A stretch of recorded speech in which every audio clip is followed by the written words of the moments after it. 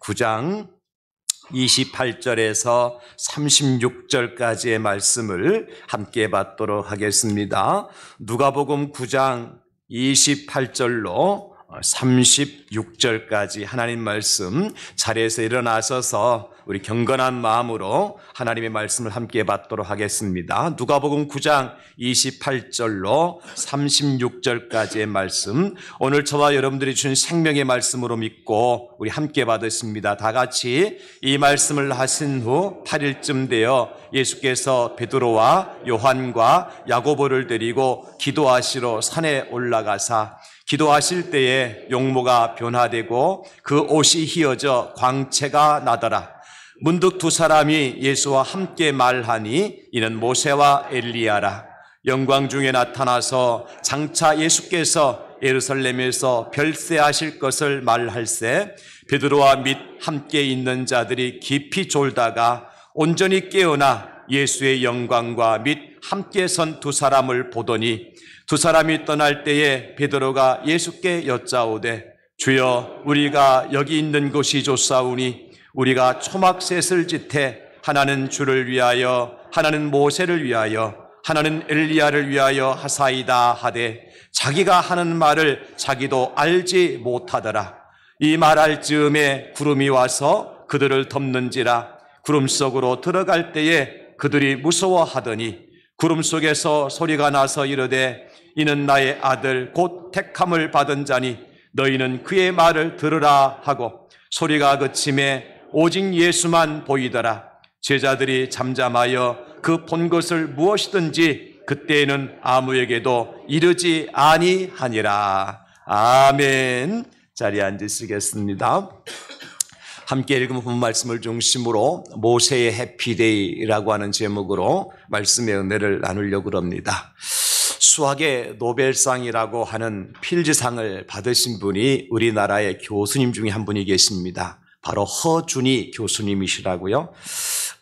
이 필즈상은 탁월하고 독창성 있는 수학적 연구를 한 40세 미만의 수학자에게 주는 상이죠. 우리 허준희 교수는 사실 고등학교도 학교에 다니지 않고 검정고시로 공부하신 분이셔요. 고등학교 들어갔는데 머리가 아파서 엄마한테 엄마 저 머리 아파요. 그러니까 엄마 학교 다니지 마. 안 다니셨어요.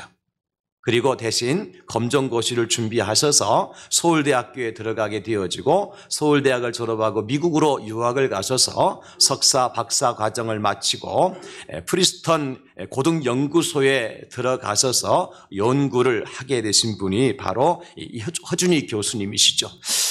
프리스턴 고등연구소는 아인슈타인과 같은 아주 세계적인 머리가 좋은 수학자들, 그런 분들이 이제 다 나왔던 그런 아주 유명한 곳입니다. 한국 사람으로서 고등학교도 다니지 아니한 검정고시 출신이 미국에 가서 이런 아주 위대한 연구소에 들어가서 연구한다고 하는 것은 대단한 일이 아니겠습니까? 그런데 그 허준희 교수님께서 한 방송에 나오셔서 이런 말씀을 하시더라고요. 내가 걸어온 구불구불한 길이 내게는 최고의 길이었습니다. 시행착오의 길, 좋고 빠르고 최적화된 길이었습니다. 현재의 시행착오는 나중에 멋진 곳으로 갈 수 있는 하나의 단계가 될 수 있습니다. 그 목표에 도달하지 않았다 하더라도 끝은 아닙니다. 과정 속에서 얻어지는 것들로 인생의 모든 것은 펼쳐집니다. 과정 속에서 얻어진 것들로 인생의 모든 것은 펼쳐진다. 저는 이 마지막 이 메시지 맨 처음에 하셨던 내가 걸어온 구불구불한 길이 내게는 최고의 길이었다. 이 두 메시지가 마음에 확 와닿더라고요. 참 머리가 좋고 똑똑한 분이실수록 말씀도 잘 하시는 것 같아요. 저하고 통하는 거 보니까 저도 그 수준은 못 미치지만도 생각이 같은 것 같아서 너무 마음이 즐거웠어요. 여러분, 우리가 그렇잖아요. 우리가 목표를 정하고 뜻을 정하고 나가지만 내가 목표한 대로 뜻한 대로 다 이루어지면 다행이지만 그렇지 않는 것들이 훨씬 더 많지 않습니까? 오히려 목표한 것보다도 엉뚱한 곳에 가서 어렵고 힘든 일을 만날 때가 있는 것이 우리 인생 걸음인 것 같아요. 우리 자녀들을 보아도 그렇고 우리 부모님들을 보아도 그렇고 사업의 현장도 보아도 그렇고 목회 현장도 마찬가지입니다. 정하고 나가지만 정한 대로 꽃길만 걸어갈 수 있다면 얼마나 좋겠습니까?만은 세상이 녹록지 않아요. 우리가 늘 구불구불한 길을 걸어가고 실패하고 시행착오를 겪지만 결코 그것이 끝이 아니라는 거죠. 그 과정을 통해서 얻는 무언가 있다는 거예요. 내가 열심히 노력한 것만큼, 수고한 것만큼, 땀을 흘린 것만큼, 애쓴 것만큼 거기에는, 하나님께는 절대 공짜가 없다는 것입니다. 따라서 합시다. 하나님께는 절대 공짜가 없습니다. 여러분이 기도하신 것만큼, 여러분 수고하신 것만큼, 여러분 전도하신 것만큼, 여러분 말씀을 붙들고 씨름하신 것만큼 하나님은 때가 되어서 반드시 열매로 거두게 하실 선한 목자이심을 믿으시기를 예수님의 이름으로 축원합니다. 선한 목자이기 때문에 그래요. 우리가 잘 아는 모세의 인생이야말로 한마디로 말하면 구불구불한 길이었다라고 말할 수 있습니다. 모세의 인생을 드라마로 쓴다고 할 것 같으면 3막으로 쓸 수가 있을 거예요. 제1막은 태어나서 애굽에서 40년 동안 애굽에서 궁중 생활하던 데의 인생을 제1막으로 할 수 있을 것 같으면, 제2막은 애굽을 떠나서 미디안 광야에 가서 이제 양을 치고 염소를 치는 목동의 삶을 살았던 것이 40년의 제 인생 2막이라 할 수 있겠고요. 다시 하나님께서 그 모세를 애굽으로 부르셔서 이스라엘 백성들을 데리고 광야로 나가서 가나안 땅 입성하기 바로 직전까지 40년의 삶을 살게 하셨는데, 그 40년의 마지막 삶이 인생 3막이라 할 수 있겠죠. 40년 어떻게 하나님께 그렇게 기가 막히게 모세의 인생을 드라마틱하게 인도해 주셨는지 몰라요. 그런데 여러분 120년의 모세의 인생을 보게 되어지면 어느 것 하나도 평탄한 길이 없었어요. 태어날 때부터 모세는 죽을 운명을 가지고 태어났습니다. 그래서 히브리 남자아이가 태어나면 무조건 나일강에 던져버리라고 하는 바로왕의 명을 받았고, 이제 모세도 더 이상 숨기지 못하니까 어떻게 했어요? 나일강에 이제 띄어보내잖아요. 이것이 모세의 운명의 출발이었어요. 행복하지 않죠? 불운한 인생이었습니다. 그러나 다행히도 이제 바로왕의 공주에 의해서 구출을 받게 되어지고, 바로왕의 왕궁에 들어가서 친어머니가 유모가 되어서 모세를 40년 동안 양육하고 기르게 되어지죠.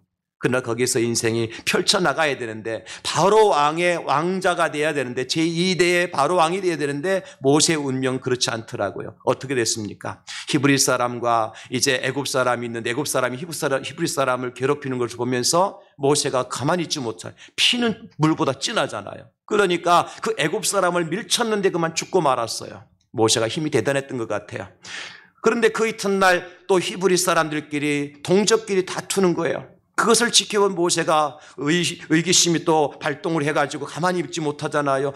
우리의 대적은 애굽이지 우리 히브리 사람이 아니지 않느냐. 왜 우리 민족끼리 싸우느냐. 싸우지 말라고 말리니까, 어제 모세가 애굽 사람을 죽인 모습을 지켜보았던 히브리 사람이, 너는 어제 애굽 사람을 죽이든지 오늘 또 우리를 죽이려고 그러느냐, 그러면서 이제 모세에게 달려드는 거예요. 모세가 내가 어저께 애굽 사람을 죽인 것이 들통이 났구나. 그래서 모세가 진보다리를 싸가지고 미디안 광야로 피난을 가잖아요.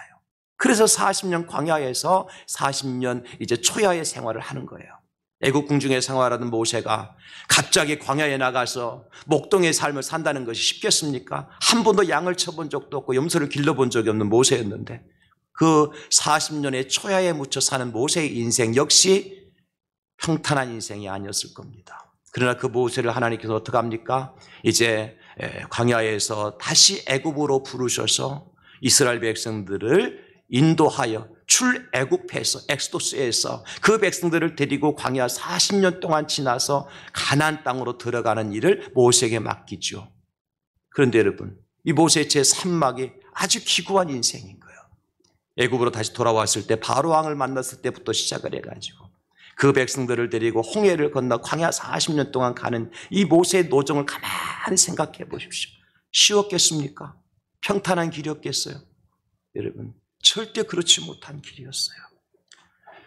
마지막 광야 생활을 마치고 가나안 땅에 입성하기 바로 직전에 하나님께서는요, 그 모세를 데리고 이제 느보산으로 올라가셔서 느보산에서 여리고 맞은편에는 비스가산 꼭대기에 세우십니다. 그리고 모세에게 드디어 말씀합니다. 모세여, 눈을 들어서 보라. 하나님께서 모세를 데리고 느보산 꼭대기에 올라가서 보니까 펼쳐진 광경이 가관이 아닙니다. 왜냐하면 그동안 40년 동안 그렇게 고생하며 달려온 결과를 드디어 눈으로 목격하게 된 거예요. 가나안 땅이었습니다. 젖과 꿀이 흐르는 땅이었어요. 그동안 정탐꾼들은 갔다가 와서 모세에게 보고는 했지만, 들은 바는 있지만 모세의 눈으로 직접 보지 못했던 가나안 땅이었어요. 꿈에 그리던 땅이었어요. 목표 지점이 바로 보이는 곳이었어요. 얼마나 흥분됐을까 여러분? 상상해 보십시오. 지난 40년 동안 꿈엔들 잊었겠습니까? 오늘에야 내일이야 볼 수 있을까 하여서 40년 동안 200만의 그 이스라엘 백성들을 이끌고 요국 먹을 거 다 먹고 비난받을 거 다 비난받고 자지 못하고 먹지 못하면서 달려와 드디어 가나안 땅을 목격하게 된 거예요. 그런데 그 모세의 귀에 의심할 만한 하나님의 음성이 들려와요. 모세야, 저것이 바로 내가 아브라함과 이삭과 야곱에게 맹세하여 그의 후손에게 주리라 한 땅이다. 내가 내 눈으로 보게 하였거니와 너는 그리로 건너가지 못하리라. 여러분, 이게 무슨 말입니까 도대체? 모세야, 너 고생했다. 40년 동안 다른 사람 하지 못한 일에 내가 다 했구나. 드디어 내가 너에게 주 약속한 그 땅을 네가 밟게 되었다. 이제 요단만을 건너가게 되면 가나안 땅이다. 조금만 힘내라 모세야. 내가 도와줄게. 여러분, 그랬더라면 모세가 얼마나 힘이 졌겠어요. 여러분, 그렇지 않습니까? 상황이 그렇게 돼야 맞잖아, 그죠? 그런데 모세의 귀에 들려온 말은 그 말이 아닙니다. 내가 내 눈으로 보게 하였거니와 너는 그리로 건너가지 못한다. 하나님, 이게 무슨 말씀입니까? 내가 잘못 들은 거죠? 하나님, 혹시 실수로 말씀하신 것 아닙니까? 라고 모세가 물어볼 수밖에 없는 그런 상황에 직면했어요. 그리고 성경은 거기서 모세가 다음 세대인 여호수아에게 축복하고 그 모압 땅에서 죽게 되어지고 드디어 그 땅 모압 평지 골짜기에 모세가 장사되었다고 모세의 인생이 마무리됩니다. 여러분, 어떻습니까? 절망이지 않습니까? 낭패와 같잖아요. 아마 모세가 이날이야말로 가장 슬픈 날이었던 것 같아요. 그런데 오늘 제가 설교의 제목을 뭐라고 정했어요? 모세의 슬픈 날? 모세의 절망스러운 날? 그게 아니고 모세의 해피데이. 저는 이 해피데이에 앞에 뭔가 좀 붙이고 싶었어요. 모세 베리 해피데이, 그렇게 하고 싶었어요. 매우 행복한 날. 도대체 모세에게 있어서 무엇가 행복한 날이냐는 거죠. 약속의 땅에 발도 디디지 못하고 죽었습니다. 그렇게 고생만 하다가 끝이 났어요. 인생의 굴곡진 삶을 살다가 마감을 했습니다. 그런 모세의 마지막 날이 행복한 날이라고요? 여러분, 제가 오늘 설교를 시작하기 전에 세계적인 수학자인 허준희 교수의 말을 인용한 것입니다. 내가 걸어온 구불구불한 길이 내게는 최고의 길이었다. 시행착오의 길, 좋고 빠르고 최적화된 길이었다. 이 말과 모세의 삶과 얼마나 그렇게 오버랩이 되고 다 맞아떨어진지 모르겠어요. 시행착오도 있었고 험한 길, 꾸불꾸불한 길을 걸어왔지만 그러나 모세의 그 길이 가장 좋고 빠르고 최적화된 최고의 길이었다는 것입니다.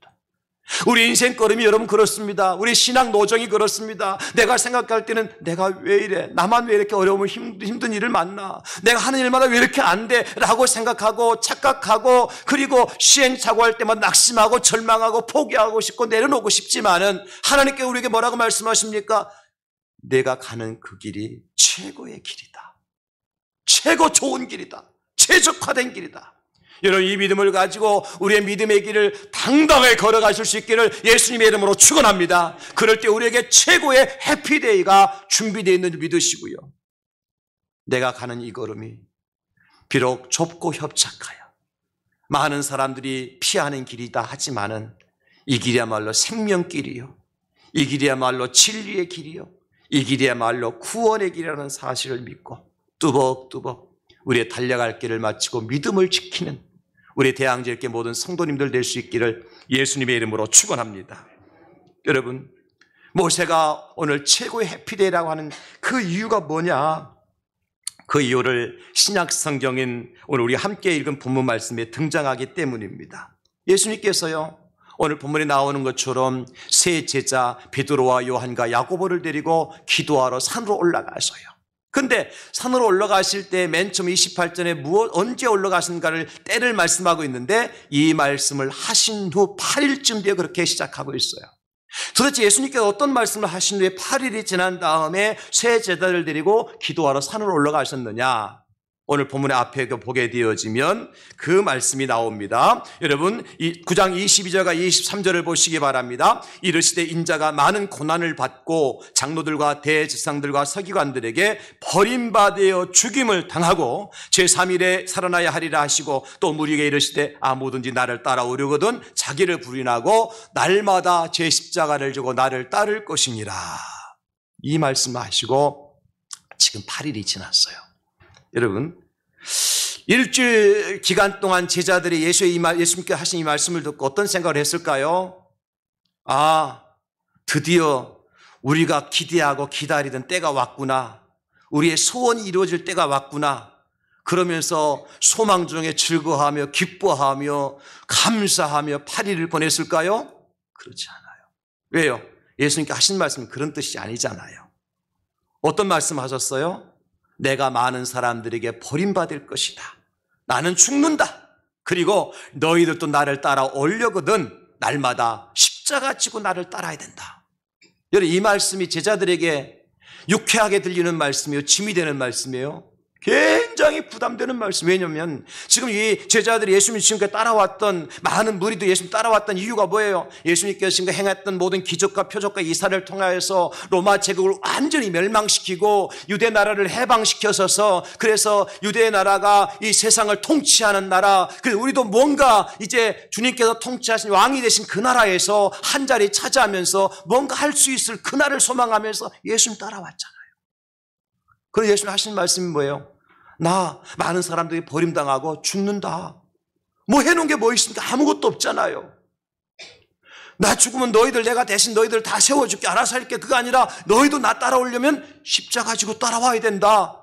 나처럼 고난받아야 된다. 너희도 나처럼 죽어야 된다. 그 말씀하고 계시잖아요.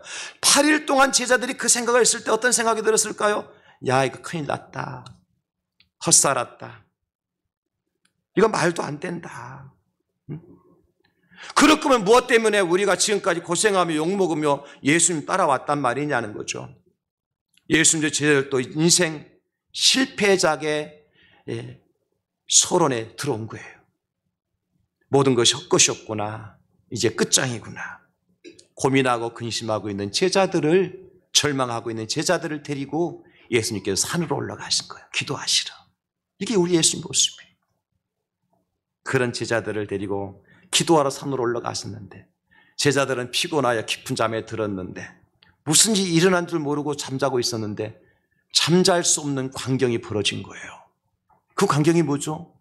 큰 광채가 빛이 나는데, 여러분 잠잘 때 그냥 눈앞이 캄캄해야 잠이 들어도 오는 것이지 눈을 감지 못할 정도로 큰 광채가 나고 빛이 나니까 제자들이 깜짝 놀라 깨서 보니까 예수님만 계신 것이 아니라 예수님과 더불어 두 사람이 함께 대화를 하고 있는 거예요. 그 대화 나눈 사람 중에 한 사람이 누굽니까? 모세라고 하는 사람, 모세. 여러분, 가나안 땅에 들어가 보지도 못하고 모압 땅에 죽어서 골짜기에 장사 지냈던 모세가 지금 뭐 하고 있어요? 예수님과 대화 나누고 있어요. 어떤 모습으로? 영광스러운 모습으로. 제자들은 상상도 못했던 거예요. 여러분, 우리 생각해 보십시오.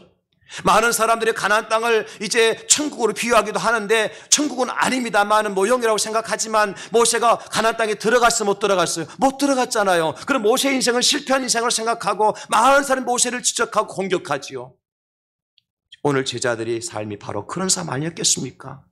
조금만 있으면 예수님께서 이제 로마로부터 이스라엘 유대 나라를 해방시켜서 예수님 유대의 왕이 되고 우리가 뭔가 통치하고 다스리는 그곳에서 평화를 누릴 줄 알았는데 예수님 죽는다고, 너희 십자가 지어야 된다고 말씀하고 있는 절망 가운데 있는 제자들, 우리 인생 실패했구나, 헛살았구나 라고 생각할 수밖에 없는 그런 상황에 있는 제자들에게 예수님께서 보여주신 것이 뭐예요? 너는 모세가 실패했다고 생각했지? 절대 실패한 인생이 아니었어. 사람의 눈으로 보기에는 실패한 것 같고 모든 것이 다 이제 포기한 것 같지만은 모세가 그런 사람이 아니었어. 봐라. 지금 모세가 어디 있느냐? 어디 있습니까? 천상에 있는, 천국에 있는 것. 변화된 몸으로 예수님과 함께 대화 나누고 있어요. 사랑하는 성도 여러분, 그뿐 아닙니다. 모세가 어떤 분인가 제가 말씀을 연구하다 보니까요, 요한계시록에 모세 이야기가 나오더라고요. 요한계시록 15장 3절입니다. 하나님의 종 모세의 노래, 어린 양의 노래를 불러 이르되 주 하나님 곧 전능하신 이시여 하시는 일이 크고 놀라우시도다. 만국의 왕이시여 주의 길이 의롭고 참되시도다. 모세가 노래를 부르고 있어요. 모세가 찬송을 부르고 있어요. 어디서요? 천국에서. 누구 앞에서? 하나님 앞에서. 이게 모세의 모습입니다. 여러분, 그렇다면 모세가 실패한 사람입니까? 모세 인생 헛된 살았습니까? 그 모세의 구불구불했던 삶이 여러분 모세에게 아무런 의미 없는 삶이었습니까? 그렇지 않더라는 거예요. 우리가 천국에 들어가면 아마 모세를 만날걸요. 어찌하는 모세를 만날까요? 찬양하는 모세를 만나게 될 거예요. 어디에서? 하나님 앞에서. 우리가 들어오는 모습을 보면서 하나님 앞에서 찬양하는 모세의 모습을 보게 될 겁니다. 만왕의 왕이고 만국의 왕이신 하나님께 영광의 찬송을 부르는 모습을 보게 될 것입니다. 그래서 저는 여러분들에게 말씀드리는 것입니다. 모세는 실패한 인생이 아니라 해피데이의 진정한 주인공이었다고. 모세가 행복한 삶의 주인공이었으며 행복한 날로 인생의 마지막을 장식하였다고 말입니다. 사랑하는 성도 여러분, 우리가 이 고난의 길을 헤치며 믿음 생활하는 최종 목표가 어디 있습니까? 이 땅에 잘 먹고 잘 살려고요? 우리 자식들 잘 되기 위해서요? 이런 건강하시려고요? 그렇게 되기를 주의 이름으로 축원합니다. 그러나 그것이 우리의 최종 목적은 아니잖아요. 우리의 최종 목표는 뭡니까? 천국에 들어가는 것입니다. 세상의 모든 것들이 1000번 만번 변해도 변할 수 없는 불변의 진리가 있습니다. 그것은 천국이 있고 지옥이 있다는 사실이에요. 천국에 들어갈 사람이 있고 지옥에 떨어질 사람이 있다는 거예요. 여러분, 이 사실을 믿고 나갈 수 있기를 주의 이름으로 축원합니다. 오늘 우리 마음속에 천국에 대한 소망을 가지고 나갈 수 있기를 예수님 이름으로 축원합니다. 우리 절대로 지옥에 떨어질 자가 아니요, 떨어져서는 안 되고 반드시 천국에 들어가서 그날에 우리 주님과 함께 모세처럼 하나님을 찬양하는 영광의 자리에 다 들어가실 수 있는 우리 대항절교 모든 성도님 될 수 있기를 주님의 이름으로 축원합니다. 이것이 우리의 소원이 되어야 돼요. 다시 한번 우리의 천국에 대한 소망을 가져야 돼요. 지금 많은 사람들이 예수 믿느냐고, 예수 믿으니까 마음 편하던데요. 교회 가니까 목사님 좋은 말 많이 하던데요. 좋은 말 많이 들으려고 교회 오십니까? 마음 편안하시려고 교회 다니셔요? 여러분, 그거는요, 신앙의 기초도 안 된 거예요. 반드시 기억하셔야 돼요. 우리는 천국 신앙 반드시 가지셔야 돼요. 예수님 믿는 최종 목적, 주 예수를 믿어라. 그래야 너와 내 집이 구원을 받으리라. 구원받고 어디 간다는 얘기예요? 천국 간다는 거예요. 영접하는 자 곧 그 이름을 믿는 자는 하나님의 자녀가 되는 권세를 주셨으니 하나님 자녀 되는 권세를 가지고 어디 간다는 겁니까? 천국 들어간다는 거예요. 우리의 소원은 천국, 우리의 목적도 천국, 우리의 믿음의 최종 목적지도 천국. 여러분, 그 천국을 바라보고 천국을 향해 나갈 때마다 구불구불한 길이 있을 거예요. 좁고 협착한 길이 있을 거예요. 많은 사람들이 피하는 길이 있을 거예요. 그럼에도 불구하고 모세처럼 그 길을 걸어갈 때 우리가 그날의 해피데이, 베리베리베리 해피데이를 노래하게 되는 그 놀라운 역사가 일어날 줄 믿으시기를 예수님의 이름으로 축원합니다. 그렇다면 모세가 어떻게 이런 행복한 날을 맞이할 수 있었느냐? 이게 관건입니다. 우리가 어떻게 하면 모세처럼 행복한 날을 맞이할 수 있느냐? 성경에 보니까요, 히브리서에는 이렇게 말씀하셨어요. 히브리 3장 2절에 그는 자기를 세우신 이에게 신실하기를 모세가 하나님의 온 집에서 한 것과 같이 하셨으니, 이 그는 누구냐면요, 우리가 믿는 도리이시며 사도이시며 대제사장이신 예수 그리스도를 말하는 거예요. 예수님은 자기를 세우신 이에게 신실하시기를 누구처럼? 모세처럼 하셨다는 거예요. 아니, 예수님과 모세를 견주어 말씀하고 있어 히브리서 기자가요. 대단하지 않습니까? 그럼 모세가 하나님에 있어서 어떻게 했는가 하니까 히브리서 3장 5절에 이렇게 말씀 설명해 주고 계세요. 또한 모세는 장래에 말할 것을 증언하기 위하여 하나님의 온 집에서 종으로서 신실하였다. 하나님의 온 집에서 종으로서 신실하게 살았다. 우리가 하나님의 종으로서 신실하게 살게 될 때에 이것이 진정한 믿음 있는 사람이 될 것이고, 신실하게 살게 될 때 우리의 신실하심을 보시고 우리의 믿음을 보시고, 여러분 신실한 말과 믿음이라는 히브리어 헬라어 원어는 같은 단어예요. 미스토스, 이런 똑같은 단어예요. 신실한 자가 믿음을 가진 자, 믿음을 가진 자가 신실한 자예요. 하나님 나라에 들어갈 수 있는 겁니다. 그래서 오늘 모세처럼 우리가 어떤 삶을 살아야 될까? 어떻게 사는 사람이 신실한 삶일까? 두 가지만 간단하게 말씀드릴게요. 꼭 기억하시기 바랍니다. 첫째는 뭐냐면, 모세는요, 하나님의 백성과 함께 고난받기를 좋아했습니다. 모세는 하나님의 백성과 함께 고난받기를 좋아했어요. 히브리서 11장 24절 26절 보시겠습니다. 믿음으로 모세는 장성하여 바로의 공주의 아들이라 칭함받기를 거절하고 도리어 하나님의 백성과 함께 고난받기를 잠시 죄악의 낙을 누리는 것보다 더 좋아하고 그리스도를 위하여 받는 수모를 애굽의 모든 부하보다 더 큰 재물로 여겼으니 이는 상주심을 바라봅니다. 모세가 진정으로 따라갔던 것은 여러분 애굽의 부귀와 영화가 아니었습니다. 오히려 고난이었어요. 순환받는 거였어요. 세상 사람들 가운데 너 고난 택할래? 평안을 택할래? 뭘 택하겠습니까? 평안을 택하겠죠. 내 수모받는 거 택할래? 영광받는 거 택할래? 영광받는 거 택하겠죠. 우리는 뭘 택해야 돼요? 하나님 백성들과 함께 고난받는 일이라면 영광이 아니라 고난을 택해야 되고, 그리스도 예수를 위해서 순환받는 일이라면 수모를 택해야지 영광을 택해서는 안 되는 것입니다. 이것이 예수 믿는 자의 진정한 삶의 기준이에요. 사랑하는 성도 여러분, 그런 것 같아요. 영광의 그날은 그냥 거저오지 않습니다. 수학의 천재라고 다 수학의 노벨상을 받는 것은 아니듯이 고난의 과정이 있어야 하고, 현재의 고난을 통해 주시는 장차 나타날 영광하고요, 지금 당장 누릴 영광을 누리다가 장차 고난 중에 들어갈 것하고요, 여러분 뭘 택하시겠습니까? 부자와 거지 나사로의 비유를 통해서 부자는 날마다 호의호식하면서 호화롭게 살았어요. 이 땅에 영광을 받으며 살았어요. 그러나 나중에는 어디 들어갑니까? 지옥에 떨어졌어요. 그러나 거짓 나사로는 이 땅에서 고난을 받았어요. 배고픔 가운데 있었어요. 여러분 많은 사람 멸시를 받아서 천대를 받았어요. 그러나 그는 아브라함의 품에 안겼습니다. 여러분 누가 성공한 인생을 산 겁니까? 이 땅에 부자란 산 사람요? 이 땅에 호의호식하며 산 사람요? 이 땅에 박수받고 영광받으며 산 사람요? 성경 그렇게 말씀하지 않습니다. 심령이 가난한 자가 복이 있고요, 애통하는 자가 복이 있고요, 의리를 위해서 핍박받는 자가 복이 있다고 예수님 말씀하셨어요. 우리가 걸어가야 될 길이 어떤 길인지 이 시간 각자 생각하십시오. 하나님의 백성과 함께 고난받기를 좋아했던 모세, 하나님 그러나 그 모세를 고난 가운데 고난으로 끝맺지 아니하시고 영광의 나라에서 변화된 모습으로 예수님과 함께 대화하면서 많은 사람들에게 부러움을 받는, 하나님을 찬양하는 사람으로 시험을 받더라는 것입니다. 시편 119편 67절 말씀하시기를 고난당하기 전에 내가 그릇 행하였더니 이제는 주의 말씀을 지키나이다. 고난이 그런 유익이 있는 거예요. 예수 믿는 것 때문에, 복음을 전하는 것 때문에, 바르게 살기 위해서, 우리가 믿음 안에 살기 위해서 세상의 모든 영광과 모든 영화를 포기하고 고난의 길을 걸어가지만 그 고난이 고난으로 끝이 나지 않습니다. 시편 119편 71절도 말씀하시기를 고난당한 것이 내게 유익이라 이로 말미암아 내가 주의 율례들을 배우게 되었나이다. 하나님의 뜻을 발견하게 되고 하나님 마음을 알게 되고 말씀을 깨닫게 되고, 그런 사람들이 말씀 따라 하나님 뜻대로 살아가게 되어지면 그 인생이 복된 인생이 될 줄 믿으시기를 예수님의 이름으로 축원합니다. 현재의 고난은 장차 우리에게 나타날 영광과 비교할 수 없습니다. 여러분, 복음을 전하다가 전도하다가 많은 고난을 받으시지요. 오늘 여러분 왼쪽 가슴에 배지가 다 아름답게 달려있네요. 이거 달고 다니는 것이 쉽지 않습니다. 여기 우리 CTS 부산본부장 김광두 본부장 와 계시는데, 제가 지난주인가요? CTS 가서 기도에 말씀 인도할 때 제가 이거 차고 갔다는 거, 본부장 보셨는지 모르겠어요.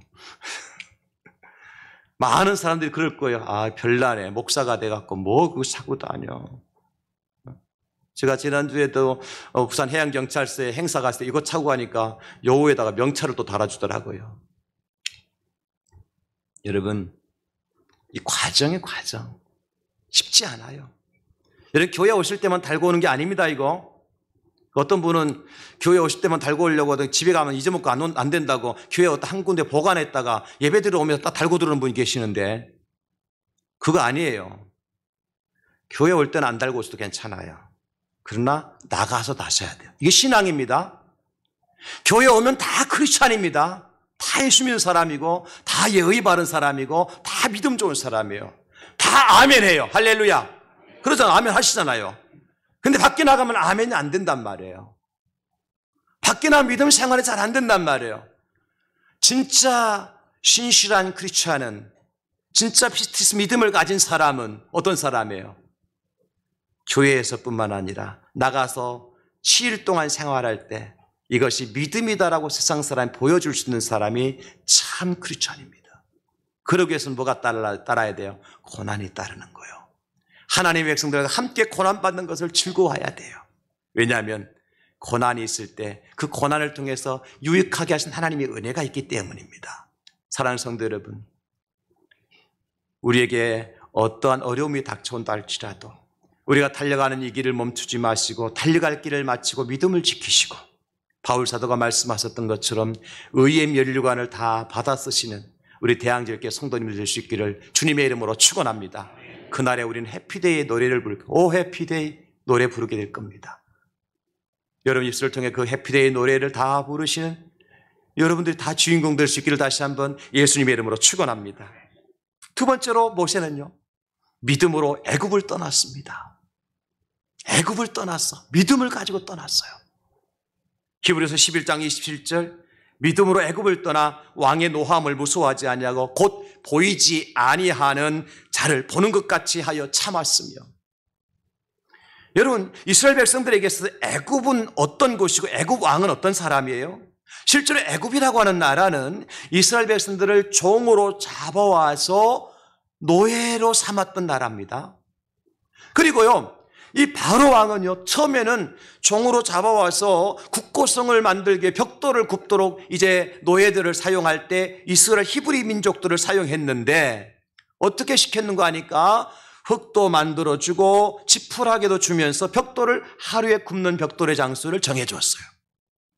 어떻습니까? 부지런하면 되잖아요. 그러면 지푸라기도 있고 흙도 있는데 까짓 거 내 노력껏 힘쓰면 벽돌을 굽어낼 수 있는 거예요. 그런데 그렇게 노력을 시켜도 이스라엘 백성들이 번성하고 생육하고 번성하니까 바로 왕이 이제 겁이 난 거예요. 왜? 애굽 사람의 수보다 히브리 사람의 수가 더 많으면 나중에 문제가 되잖아요. 그래서 안 되겠다. 어떻게 하면 이들을 애 못 놓게 만들까 했는데 방법이 뭐냐면 이제는 히브리 사람들에게 흙도 주지 말고 지푸라기도 주지 말고 너희들이 가서 흙 구하고 지푸라기 구해가지고 벽돌을 구워라. 그래 굽는 벽돌의 장수는 전에 똑같이 구워야 된다. 여러분 이게 가능해요? 얼마나 힘들겠어요. 그런데 놀랍게도요 그들은 그런 노력을 할수록 고역을 하면 할수록 더 번성하게 되는 거예요. 제가 여기서 아이디어를 얻었어요. 아이디어를. 뭘 얻었는가 하니까 우리나라가 지금 결혼도 안 하고 아이들 출산도 안 하고 막 문제가 된다 그러는데 어떻게 하면 이 문제를 해결할 수 있을까? 주 5일째 폐지해야 돼요. 그래서 제가 가끔 가다가 엉뚱한 소리 하죠. 우리 교인들만 아세요. 그리고 뭐 시급도 최저임금 그 폐지해 버려야 돼요. 안 할 거 뻔히 아니까 제가 억지 부리면서 얘기하는 거예요.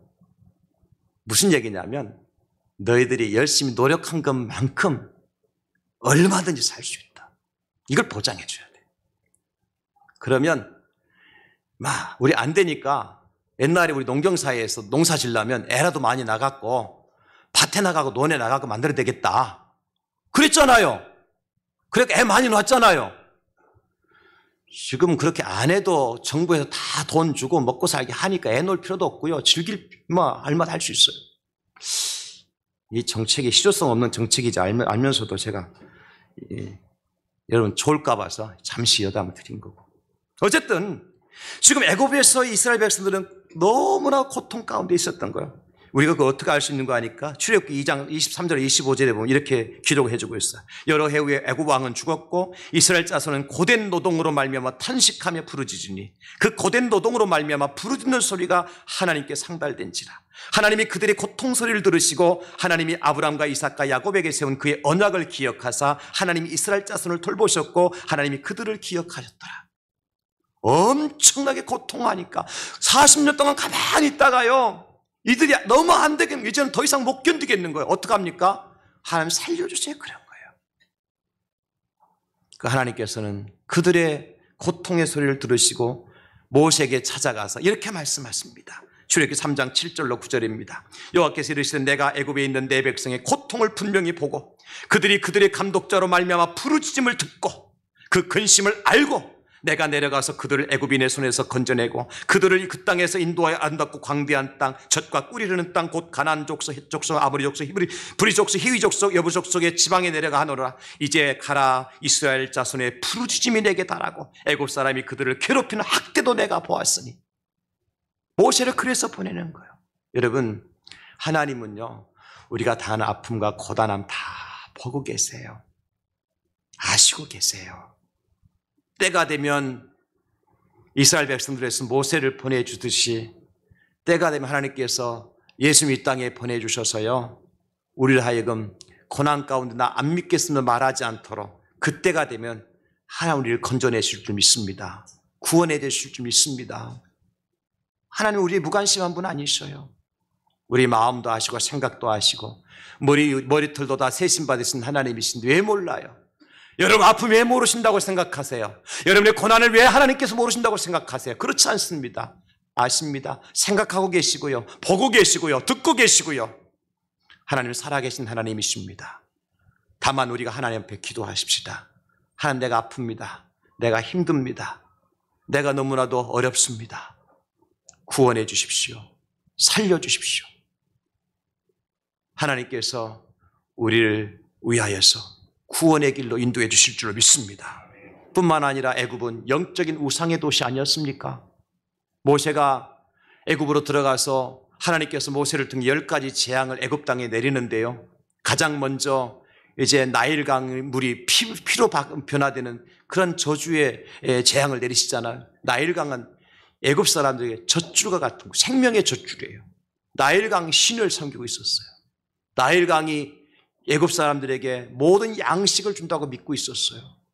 그 나일강 앞에 가서 제사하고 경배 드리고, 그 나일강 하나님께서 재앙을 내린 겁니다. 애굽의 신의 재앙을 내린 거예요. 그 다음에 내린 재앙이 뭡니까? 개구리가 애굽에서 나일강에서 올라와 가지고 애굽 전 지역을 돕는 그런 역사. 이 개구리가 헤테크라고 하는 이제 히브리어인데요, 이 개구리는요 여자들의 출산을 돕는 신으로 애굽인들이 믿었던 신이에요. 그들은 개구리 신상을 가지고 있었다니까요. 여인들이. 왜? 이 개구리 신이 우리 여인들 하여금 출산을 도와준다, 그렇게 믿고 있었어요. 근데 그 개구리 신이 나일강에서 올라와 가지고 애굽 전 지역을 재앙으로 덮어버렸어요. 하나님께서 하신 일입니다. 마지막 장자의 죽음까지 마찬가지예요. 이토록 애굽에는 각종 신들이 만연해 있었어요. 이스라엘 백성도 40년 동안 애굽에 430년 동안 애굽에 살았으니까 얼마나 40년 살았으니까 얼마나 많은 세월이 흘렀습니까? 세대가 바뀌었죠. 430년 동안. 그런 애굽에서 습관화된 모든 이스라엘 백성들이 과거에 하나님 섬기던 걸 다 잊어버려 살았는데, 모세가 애굽에서 떠났다는 것은 무엇을 의미합니까? 이제 우리는 애굽의 왕 바로가 아니라 참 하나님, 우리의 왕이신 하나님을 섬기겠다는 고백 아닙니까? 애굽에서 섬기던 각종 신들이 아니라 여호와만이 우리의 신이라는 사실을 고백하는 것이 바로 애굽에서 떠나온 이제 모세의 고백이었던 것입니다. 사랑하는 성도 여러분, 모세가 애굽에서 떠나온다는 것, 이스라엘 백성 데리고 나온다는 것 결코 쉬운 일이 아니에요. 나와 본들 어디로 간단 말입니까? 지금 광야밖에 없잖아요. 나와 본들 광야밖에 없잖아요. 그리고 지금 바로나 그의 군대는 어떻습니까? 눈을 시뻘겋게 달구어서 지금 우리의 종들, 노예들을 다 빼앗겼는데 이들을 그냥 내버려 두지 않잖아요. 그들이 떠나간 직후로 바로가 군대를 소집해서 모세를 추격하게 만들잖아요. 그런 상황을 모세가 모를 리가 없는데 모세는 바로가 어떤 사람을 알았고 애굽의 군대가 어떤 사람을 알았는데 그럼에도 불구하고 당당하게 애굽을 떠나봤어요. 애굽을 출발했어요. 홍해를 건넜어요. 하나님 이것을 높이 보신 겁니다. 사랑하는 성도 여러분, 우리를 평생 동안 붙들어 매고 있는 세상의 습관들이 무엇입니까? 내가 내 주머니에 돈이 떨어지면 나는 망할 것 같습니까? 내 몸에 암덩어리가 생기면 나는 죽을 것 같습니까? 우리 자식을 대학 떨어지고 직장에 취업 못하면 망할 것 같습니까? 그것 때문에 자식을 위해서 모든 걸 쏟아붓고 그것 때문에 내 몸을 위해서 모든 걸 쏟아붓고 그것 때문에 돈 때문에 모든 것을 매달린다면 그것이 어떠면 우리에게 애국과 같은 존재가 될 수 있습니다. 하나님보다 더 사랑한다는 말입니다. 하나님보다 더 앞세운다는 말입니다. 그것이 우리의 우상이 될 수 있습니다. 어떻게 해야 돼요? 모세처럼 그것을 떠나와야 돼요. 돈의 우상을 에서 떠나와야 돼요. 자식의 우상에서 떠나와야 돼요. 건강의 우상에서 떠나와야 돼요. 명예의 우상에서 떠나와야 되고 육신의 쾌락의 우상에서 떠나와야 돼요. 애굽을 떠난 자가 해피데이의 주인공이 될 수 있기 때문입니다. 왜냐하면 보십시오. 애굽에서는 그래도 바로 왕이 그들에게 먹을 양식을 주었잖아요. 마늘도 주었고 파도 주었고 그죠? 오이도 주었고 광야에서는 마늘이 있습니까? 오이가 있습니까? 파가 있습니까? 아무것도 없습니다. 그 어떻게 살아야 돼요? 오직 하늘만 쳐다볼 수밖에 없습니다. 여러분 이것이 우리 그리스도인의 삶입니다. 우리는 오직 하늘만 바라보고 사는 하늘에 속한 자요. 그래서 우리는 하늘 시민권을 가진 자라고 얘기하는 것입니다. 사랑하는 우리 성도님들, 세상이 우리를 다 어떻게 해줄 것 같이 거짓으로 속삭이고 있지만 그 마귀의 유혹에 속지 마시기 바랍니다. 돈이 인생의 전부가 아닙니다. 여러분 기억하십시오. 아무리 높은 명예도 그 명예의 자리에서 떨어질 날이 옵니다. 건강도 마찬가지예요. 제가 그랬잖아요. 우리 인생은 다 시한부 인생을 산다고요. 누구도 구별 없이 다 시한부 인생을 살아요. 어차피 한 번 왔다 가는 인생. 하나님 바라보고 사시기 바랍니다. 하늘의 시민권을 가진 자답게 살아가시기를 바랍니다. 그럴 때 우리에게 진정한 해피데이가 다가오게 될 거예요. 말씀 마무리합니다. 모세는 실패자가 아니었습니다. 오히려 새하늘과 새 땅에서 광야 40년 동안 구불구불하고 울퉁불퉁한 길, 아니 지난 120년 동안 그렇게 한 번도 웃지 못하고 살아왔던 그 인생이 모든 것이 수고로 끝나고 모든 것이 실패로 끝난 것이 아니라 하나님 반드시 수고한 것만큼 애쓴 것만큼 고생한 것만큼 보상을 해 주시더라는 겁니다. 어떻게 해요? 믿음으로 애굽을 떠났을 때에 그리고 하나님 백성들과 함께 고난받는 것을 즐겼을 때에 모세에게 하나님 그런 은혜를 베풀어 주셨어요. 이제 우리도 애굽을 떠납시다. 하나님 백성들과 함께 고난받는 것을 즐겨합시다. 그리고 천상에서 주님과 함께 영광스러운 모습으로 찬양하며 영생의 복날을 영생 누릴 그날을 기다리며 살아가는 우리 성도님들 다 되실 수 있기를 우리 구주 예수님의 이름으로 축원합니다. 축복합니다. 주님 감사합니다. 우리가 살아가는 이 삶이 결코 평탄하지만 않습니다. 녹록지도 않습니다.